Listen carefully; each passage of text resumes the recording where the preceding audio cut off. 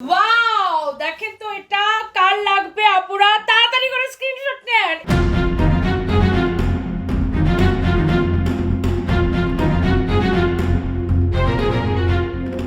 সামাজিক যোগাযোগ মাধ্যমের আলোচিত মুখ রুবায়েত ফাতেমা তনি। রাজধানীতে বেশ কয়েকটি শোরুম আছে তার। অনলাইনেও বিক্রি করেন পোশাক এবং কসমেটিক্স। তবে এবার আলোচনায় আসলেন প্রতারণার অভিযোগে। বিদেশি পণ্যের নামে তিনি বিক্রি করছেন দেশীয় পণ্য। তনির বিরুদ্ধে এমন অভিযোগ করেছেন এক ভোক্তা। রাজধানীর পুলিশ প্লাজায় সানভিস বাই তনির শোরুমে অভিযান চালিয়ে অভিযোগের সত্যতাও পেয়েছে ভোক্তা অধিকার সংরক্ষণ অধিদপ্তর। অভিযানে পণ্য আমদানির কাগজ দেখাতে ব্যর্থ হয় বিক্রেতা। ভোক্তা অধিকার জানায়, তৈরি পোশাক বিক্রির লাইসেন্স নিয়ে অবৈধভাবে বিভিন্ন কসমেটিক্সও বিক্রি করা হতো এই আউটলেটে।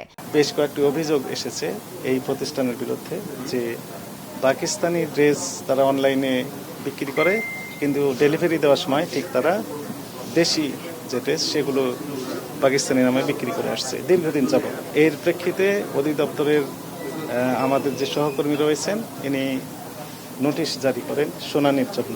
নোটিশের প্রেক্ষিতে তারা কোনো রেসপন্স করে না। আমাদের কাছে সন্দেহ হচ্ছিল এই কারণে যে যেহেতু তারা নোটিশ পাওয়ার পরও কোনো রেসপন্স করছে না, তাহলে অভিযোগের সত্যতা হয়তো যথাযথ হতে পারে। এই প্রেক্ষিতে সরাসরি আমরা এই দোকানে তদন্ত করার জন্যই মূলত এসেছিলাম। পাকিস্তানি ড্রেস এর সপক্ষে যে কাগজপত্র আমরা চেয়েছি কোনো কাগজ তারা এখনো দেখাতে পারে নাই। বনানী শাখা যেহেতু আছে, তাহলে আপনি এই কাগজপত্র সহ আমাদের অফিসে দেখান যে ইম্পোর্টের যে কাগজ পাকিস্তানি ড্রেসের সপক্ষে সেগুলো দেখাতে হবে।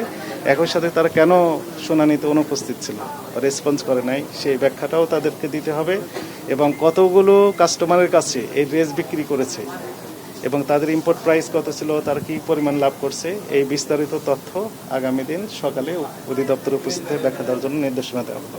পরে পুলিশ প্লাজায় সানভিস বাই তনির আউটলেটটি বন্ধ রাখার নির্দেশনা দেয় ভোক্তা সংরক্ষণ অধিদপ্তর। তাসনিয়া নিশাত, মিম, সময় সংবাদ, ঢাকা।